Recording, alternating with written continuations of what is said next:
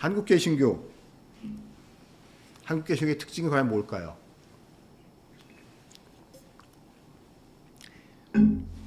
한국 개신교가 교회 밖, 한국 내에서의 다른 교회 안 다니는 사람들과 비교해 봤을 때, 또한 다른 나라의 개신교주가 비교해 봤을 때 한국 개신교가 유독 특징적으로 강조하는 부분 중에 하나가 이 술 문제입니다. 음주 문제. 음주에 대해서 대단히 엄격한 잣대를 들이는 것이 한국 개신교의 중요한 특징입니다. 아이러니한 게 우리 이제 제가 약간 엉뚱한 생각을 잘 하는데요. 우리나라의 장로교가 보통 이제 스코틀랜드에서부터 시작이 됐다고 하잖아요. 근데 스코틀랜드 가게 되면 우리 교회 다니는 사람들은 이제 장로교의 고향이 스코틀랜드라고 하는데, 교회 안 다니는 사람들한테 스코틀랜드 하면 제일 먼저 떠오르는 말이 무엇일까요? 교회 안 다니는 사람들. 스코틀랜드 하면 스카치 위스키죠.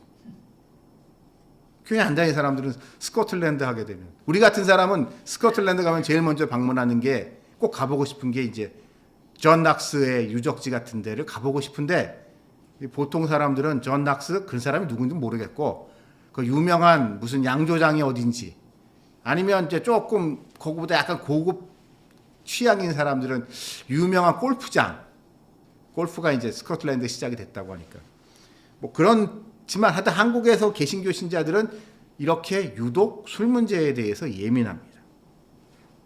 근데 이거는 좀 역사적인 근원 속에서 우리가 찾아봐야 됩니다. 한국 개신교가 처음 한국에 들어왔을 때, 그러니까 구한말에 선교사들에 의해서 한국에 처음 전해졌을 때, 그때부터 한국 개신교가 그리스도인이 된다, 교회를 다닌다라고 했을 때 요구됐던 특징적인 것이 몇 가지가 있는데, 세상 사람들과 구별되는 이 특징적인 이 두 가지 때문에 결국 기성 문화 권력과 충돌이 일어났는데요. 가장 대표적인 두 가지가 조상제사 문제랑 음주 문제입니다. 초창기부터 그랬어요. 유독 선교사들이 왔을 때, 우리가 잘 알고 있는 뭐 언더우드나 아펜젤러나 이런 선교사님들이 처음 한국에 와가지고 선교를 할 때부터 교회 다닌다는 것은 뭐예요? 전에 당연히 지내던 조상제사 안 지내기 위해서 집에 있는 신주 갖다 다 불태워버리고 사당 때려 부시고 하는 거랑 한 걸음 더 나가서 그거와 맞물려서 술을 안 마시는 거. 예를 들어서 그렇기 때문에 우리 자랑스러운 믿음의 선배들의 이제 개인적인 일대기를 보게 되면, 그분들, 예를 들어서 조만식 장로 같은 분이 대표적인 분이신데, 조만식 장로님이 젊어서 이제 교회 다니시기 전에는 이렇게 술을 많이 드시고 이렇게 코케한 분이셨다고 하는데, 이제 이런저런 과정을 겪으면서 교회를 다니시기 시작하고 이제 나중에 장로가 되셨는데요. 그분이 교회를 다니시면서 결단하면서 했던 대표적인 행동이 술을 안 마시기 시작한 거, 금주하기 시작한 거. 이게 그분이 하셨던 중요한 행동입니다. 근데 그것은 그만큼 초기부터 한국 사회에 있어서, 그러니까 조선이죠. 조선 시대부터 우리 민족과 술에 관해서 우리 민족의 문제는 이 술 문제와 매우 밀접하다는 것이 선교사들의 눈에 봤을 때도 너무 명확했기 때문에 술에 대해서 유독 예민하게 반응한 겁니다. 좀 심하게 말하면 구한말 만악의 근본이 술이었던 거죠. 그렇기 때문에 이 술을 엄격하게 금지를 하고 있는데, 그것은 어느 면에 있어서 오늘 이 본문의 배경이 되는 에베소에 있어서도 유사한 모습을 보였을 것으로 추정이 됩니다. 자, 오늘 이 말씀은 사람들한테 쭉 살펴보시면 알겠지만 정신 차리라는 거거든요. 해롱해롱거리지 말고 정신 바짝 차려서 세상이 그렇게 호락호락하지 않아. 세상에 위험한 것도 많고 널 유혹하는 것도 많고 너를 쓰러뜨리려는 것도 많고 까딱 잘못하게 되면 네가 정신줄 놓고 있다 보면은 언제 한 방에 갈지 몰라. 그러니까 정신 똑바로 차리라는 것이 지금까지 우리가 살펴본 말씀의 중요한 가르침인데요. 이 가르침에 대한 구체적인 실천의 첫 번째로 얘기하는 게 오늘의 본문의 말씀과 같이 술 취하지 말라는 말씀부터 등장하는 거예요. 구체적인 행동으로. 그럼 왜 그럴까요? 술은 사람을 좀 어리석게 만들기 때문입니다. 여러분, 저도 이제 옛날에 술을 좀 많이 마셨었거든요. 정신 차리기 전에. 근데 우리가 술을 마실 때 우리한테는 아주 두 가지 미묘한 반대되는 욕망이 우리한테 있습니다. 술을 마시고 싶은데 술을 취하고 싶지는 않아요.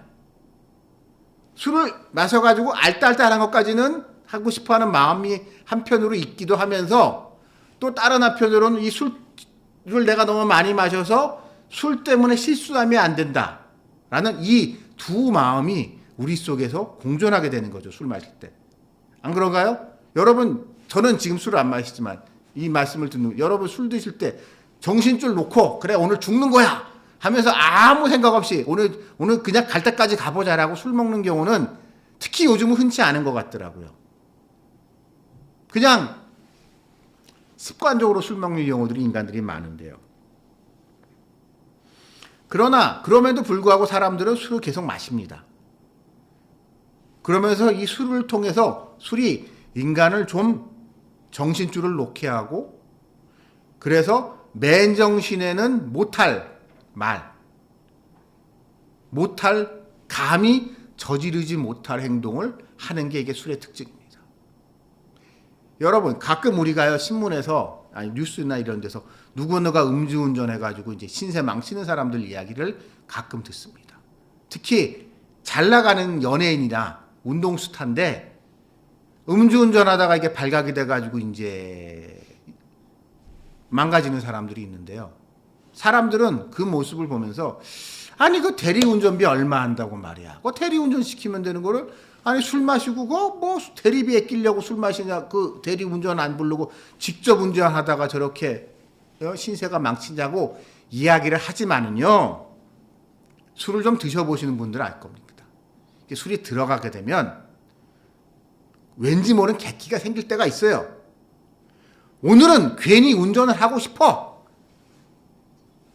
오늘은 운전을 해도 안 걸릴 것 같아. 오늘은 괜히 이유는 모르겠지만 오늘따라 내가 술 한잔 하긴 했는데 뭐 아직 그렇게 많이 취한 것 같지도 않고 뭐 그 늘 내가 다니는 길이고 그러니까 뭐 음주 한속도 없을 것 같고 하면서 객기를 부리면서 아무 이유 없이 그냥 음주운전을 할 때가 있어요. 운전대를 잡을 그러다가 사고가 나는 겁니다. 저도 솔직히 옛날에 좀 그랬던 적이 몇 번 있고 저도 거의 항상 대리운전을 분리했는데 저도 그 돌이켜 생각을 해보면 몇 번 술 먹고 운전한 적이 있는데 그때 돌이켜 생각을 해보면 그랬던 것 같아요. 그냥 그날따라 뭔 배짱인지 모르겠지만 그랬던 적이 있습니다. 이렇게 사람을 바보로 만들고 사람을 어리석게 만들고 우리의 분별력을 약화시키는 게 술입니다. 그래서 이 술이요 역설적으로 언제 필요하냐? 제사 지낼 때 술이 들어갑니다.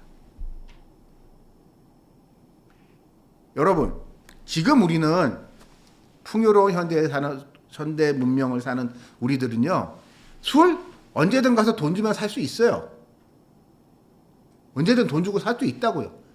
근데 오늘의 말씀이 배경이 되는 고대 사회에서 술이라는 건 과연 무엇이었을까요? 술은요, 일단 곡식을 증류시켜서 만드는 거잖아요. 그래서 술이라는 거는요, 비싼 겁니다. 귀한 겁니다. 많은 곡식을 소비하기 때문에. 그래서 우리나라에서 조선시대 때 전국에 기근이 발생하면, 흉년이 일어나게 되면 정부에서, 나라에서 임금님이 제일 먼저 내리는 명령이 뭐예요? 금주령이에요. 술 먹지 말라는 거예요. 먹을 쌀도 없는데, 먹을 곡식도 없는데 그거 가지고 아깝게 술 만들어? 술 안 돼! 하면서 금주령 내는 게 정부의 조선시대 때 왕들의 첫 번째 어명이었단 말이에요.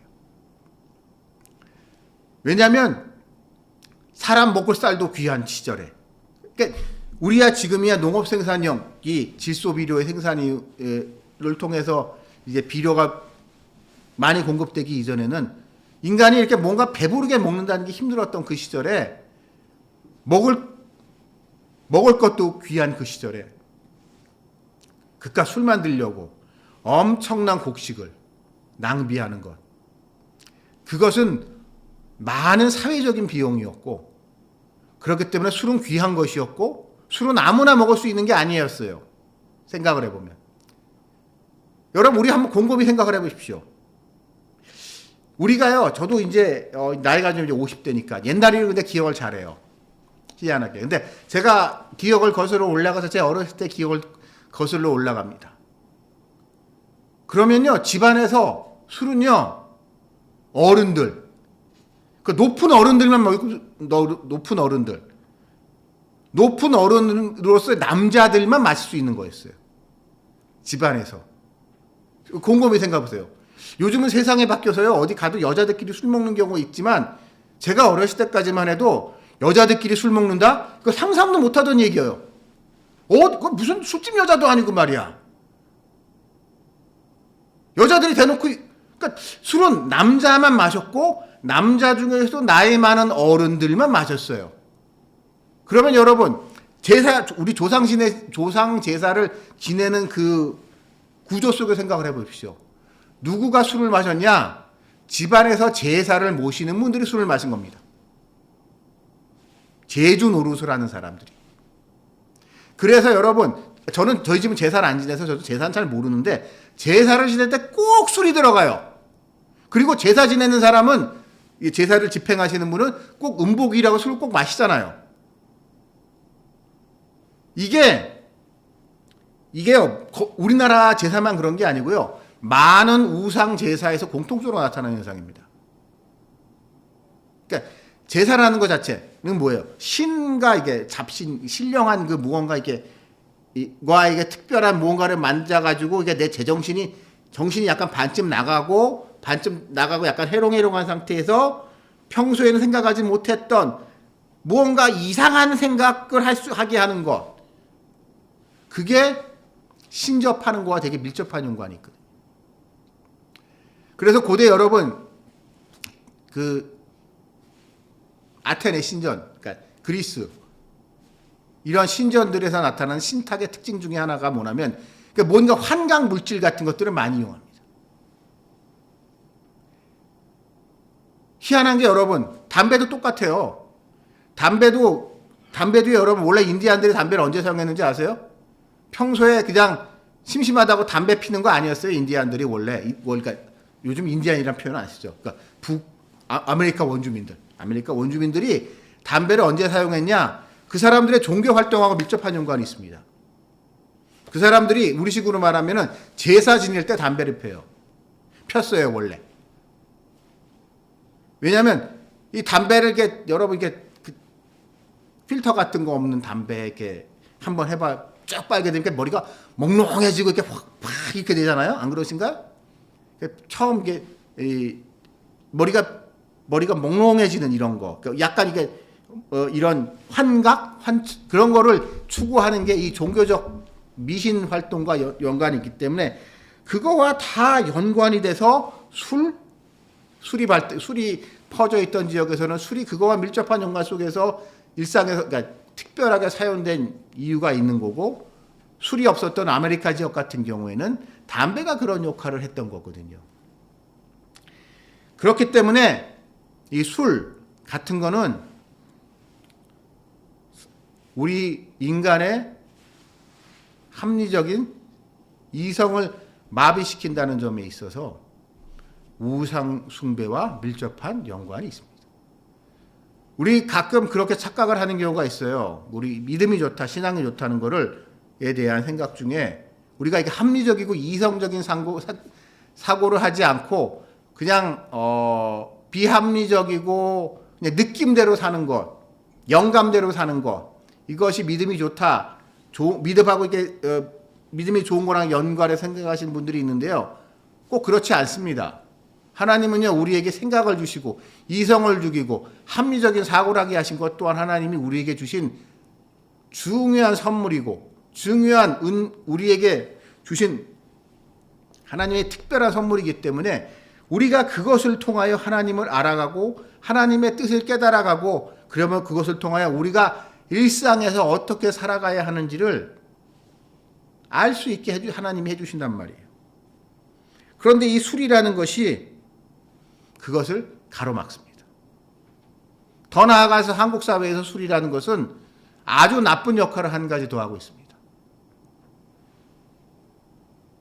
좋게 말하면 술이라는 것이 다른 사람하고 친해지게 되는 좋은 관계를 맺게 하는 중요한 매개체의 역할을 해요. 서먹서먹했던 사람들하고 술 한잔하면서 친해지고 이런 게 있죠. 분명히 그런 사회적인 역할이 있는데 우리가 그 속에서 발견할 수 있는 것은 그러한 관계를 통해서 우리가 얻고자 하는 것 중에 거의 대부분은 나쁜 거라는 거죠. 그러니까 뭔가 작당 모의할 때 술을 마시면서 얘기들을 나누면서 누구 욕할 때 직장인 여러분, 직장 생활하는 분들, 사회 생활하시는 분들, 회사 생활하시는 분들 그러지 않나요? 제 옛날에 직장 생활할 때 직장인들의 낙 중에 하나가 회사 퇴근하고 난 다음에 동료들하고 술 한잔 하면서 삼겹살에 소주 한잔 하면서 직장 상사 연락이 쉽잖아요.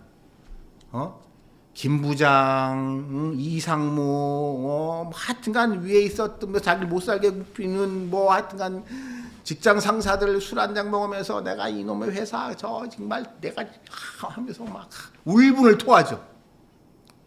안 그런가요 요즘은? 제가 옛날에 직장 생활할 때 그랬는데 그러면서 누구 욕하고 나쁜 얘기하고 또 아니면 술 먹으면서 뭔가 이게 약간 이게 구린 뒷거래 같은 거 할 때 술 한잔 하면서 봉투 전해주고 사람이 뭘로 보고 그래야 돼. 이거 그냥 성이라고 하면서 맨정신에는 주면은 좀 그런 걸 가지고 이제 술 한잔 하면서 이제 이거 선배님 이거 사람 성의가 있죠. 근데 선배님이 이러시면 안 됩니다. 이 후배 마음을 생각하시고 이러시면 그냥 받아두세요 하면서 술 한잔 하면서 꼭 그렇게 주고받는단 말이에요.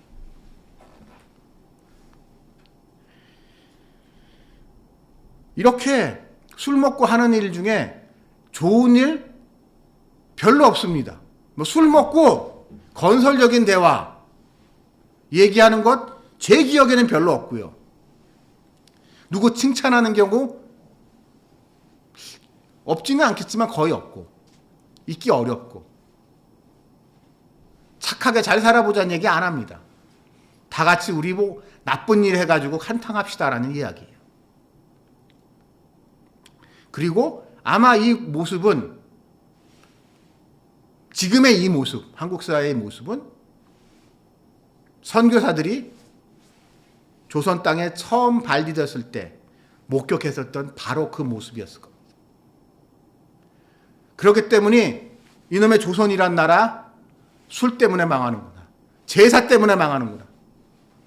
정신 바짝 차리고 잘 살아가야 되고 지금의 이 어려움, 망해가는 나를 어떻게 살려낼 것인가 가지고 고민을 해도 시원치 않을 바에 술 먹고 해롱해롱거리고 술 먹고 누구 욕하고 어떻게 한 자리 할 생각만 하고 그러니까 그런 짓 하지 말라는 거예요.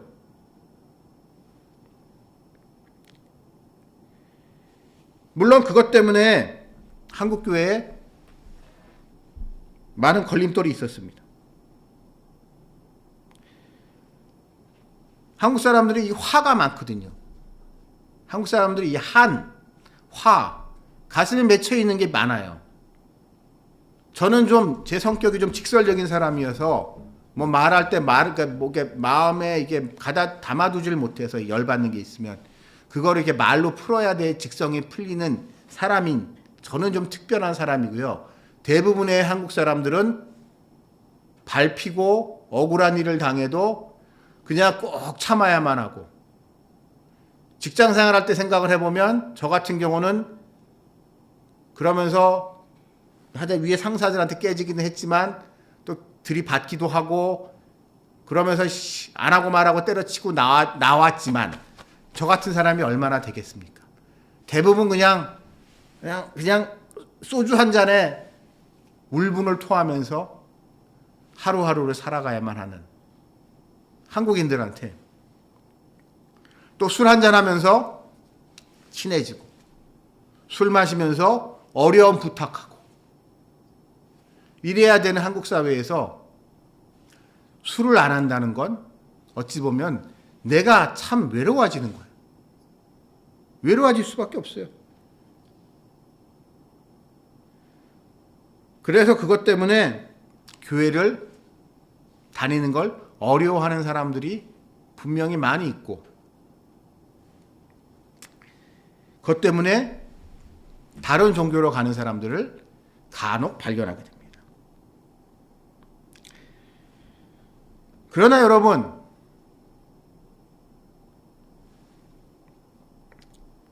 우리가 진정 그리스도인이라면 그래서 성령의 충만함을 받았다면 우리가 비록 술을 한 잔 안 마시고 술 한 잔도 안 마실지라도 사람들이 술을 마시는 그 사람들이 우리를 어떻게 바라볼까요? 전 이거에 대해서 좀 자신 있게 얘기할 수 있습니다. 왜냐하면 제가 옛날에는 술을 많이 마셨지만 이제 이러하다 보니까 술을 완전히 안 마시게 되고 술을 이렇게 안 마시면서 지내지만 또 술을 마시는 사람들과 이런저런 관계를 맺어가면서 살아갔기 때문에 술을 마시지 않는 것에 주는 유익에 대해서 분명히 깨닫게 되는 게 있어요.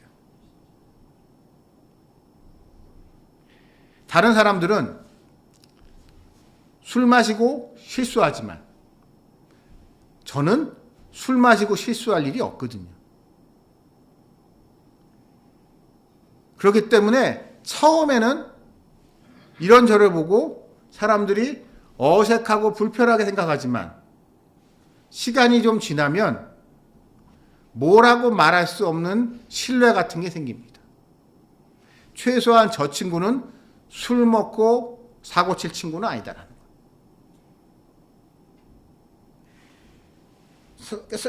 그래서 세상 사람들이 교회 다니는 사람들 보고 좀 이런 얘기 가끔 할 때가 있어요. 야, 요즘 보니까 교회 다니는 사람도 술 마시더라, 야. 야, 얘기 들어보니까 목사님도 요즘 술 마신다며? 어떤 목사님들은. 그러니까 너도 한잔 해. 그러니까 분위기 어색하게 이러지 말고 왜 혼자 이렇게 별나게 군이 하면서 한잔 하라고 권하는 경우가 많이 있습니다. 그러나 사람들은요, 그때 술을 받아 먹잖아요. 뭐라고 생각하는지 아세요? 땡중 취급을 받습니다, 결국. 땡중. 그러니까 사람들은 겉으로는 그렇게 얘기를 하면서도 우리 그리스도인들에게 요구하는, 기대하는 그 무언가가 있는데 그것에 있어서 술도 중요한 포인트라는 거죠.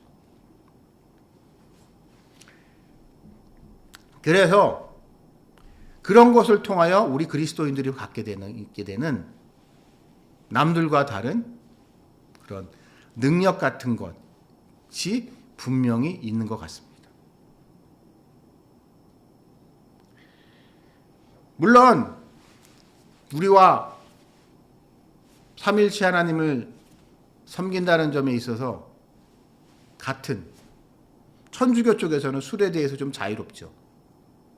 그래서 술 문제 때문에 카톨릭 가는 사람들도 간혹 있었습니다, 옛날에.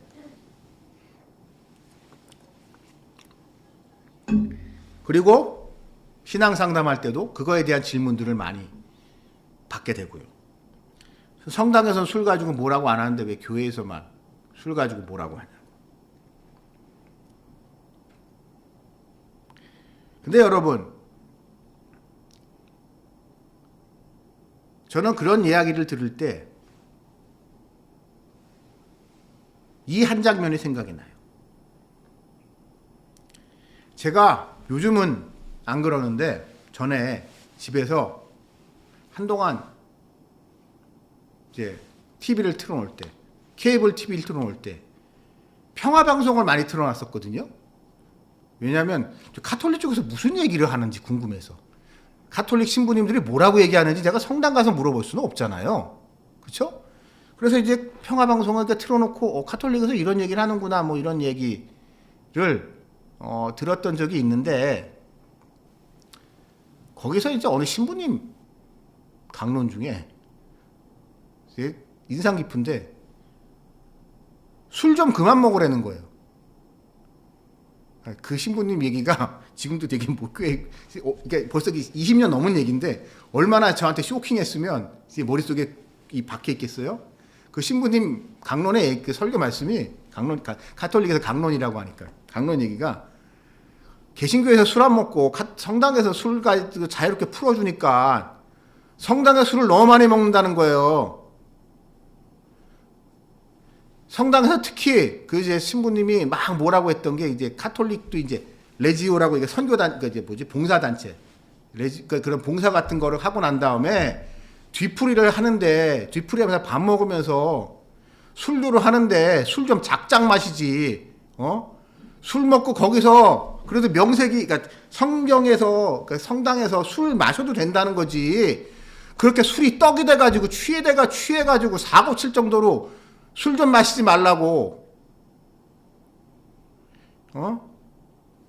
그런 얘기를 신부님이 성도들한테 막, 평소에 이렇게 되게 인자하신 신부님인데 이렇게 막 말씀하시는 걸 보고 되게 신기하기도 하면서, 우리가 개신교 쪽에서 놓치고 있었던 부분이 저런 게 아닌가 싶은 생각이 듭니다.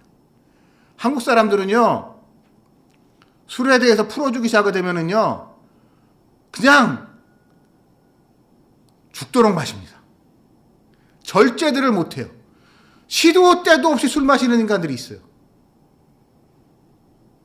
그리고 그게 뭐 자랑이 비슷한 게 있어요. 한국에서 특히 남자들이 옛날에 동양 문화권에 좀 그런 게 있잖아요. 나의 그 능력, 나의 남자다움을 입증하는 것 중에 하나가 이제 술을 잘 마시는 거, 술을 많이 마시는 거, 술 내기, 뭐 이런 거 많이 하는 이상한 문화가 있단 말이에요, 동양에는. 여러분 그런 얘기 안 해보셨는지 모르겠지만, 저도 옛날에 대학교 때 생각해보게 되면, 젊을 생각해보게 되면, 술 가지고 하여튼간 이상한 그런 남자들 자존심 싸움을 벌일 때가 있어요.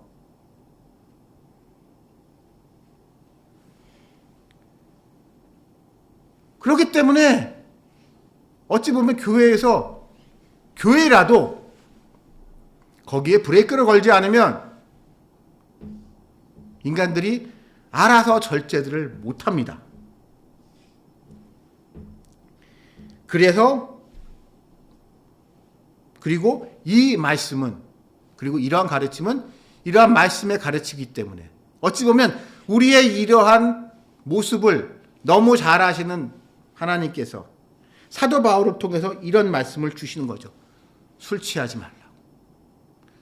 제정신으로 멀쩡히 정신 차려서 방탕하게 살지 말고 하나님에 대해서, 하나님의 은혜에 대해서 감사하면서 아름다운 삶을 살라고, 은혜에 보답하는 삶을 살라고 우리에게 말씀하고 계십니다. 그래서 저는 여러분들께 이런 이야기를 좀 나누고 싶어요. 간혹 사람들이 그런 얘기를 합니다. 목사님, 우리 그리스도인들이 어떻게 해야 그리스도인다운 삶을 살까요? 그런 얘기 많이 하잖아요. 그리스도인다운 삶, 교인다운 삶, 그런 얘기 많이 해요. 그러면서 뭐 11조를 꼭 내야 됩니까? 평소에 살면서 뭐 하여튼 뭐 그래서 되게 거창하고 힘든 얘기들 많이 합니다.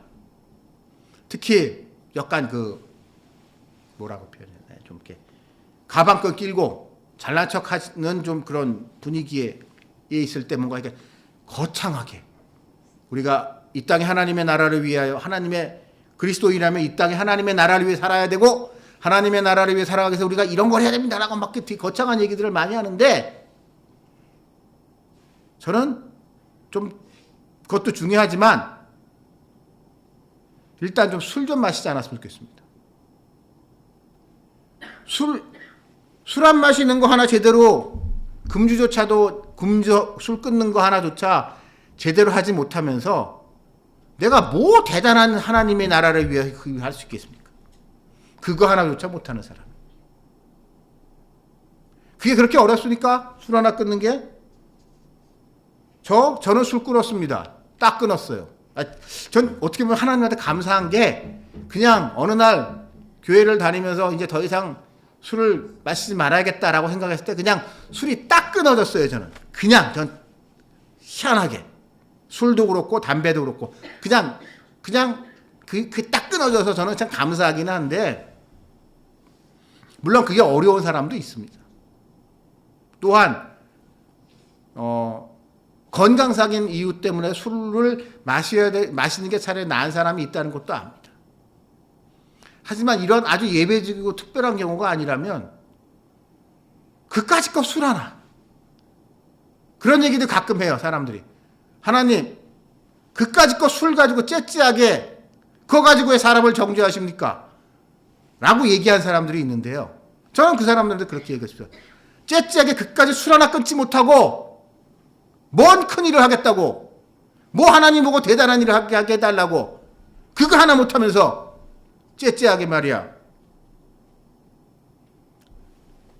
그래서 여러분 우리가 우리 일상에서 거룩과 경건 실천하기 위한 가장 단순하지만 가장 쉽다면 쉬운 한 가지 실천이 이 술에 대한 문제가 술에 대한 문제라는 것을 오늘 이 말씀 속에서 우리는 확인할 수 있고 그러므로 이것을 실천하시는 여러분들이 되시기를 주님의 이름으로 축원합니다. 기도드리시겠습니다. 하나님 아버지 감사합니다.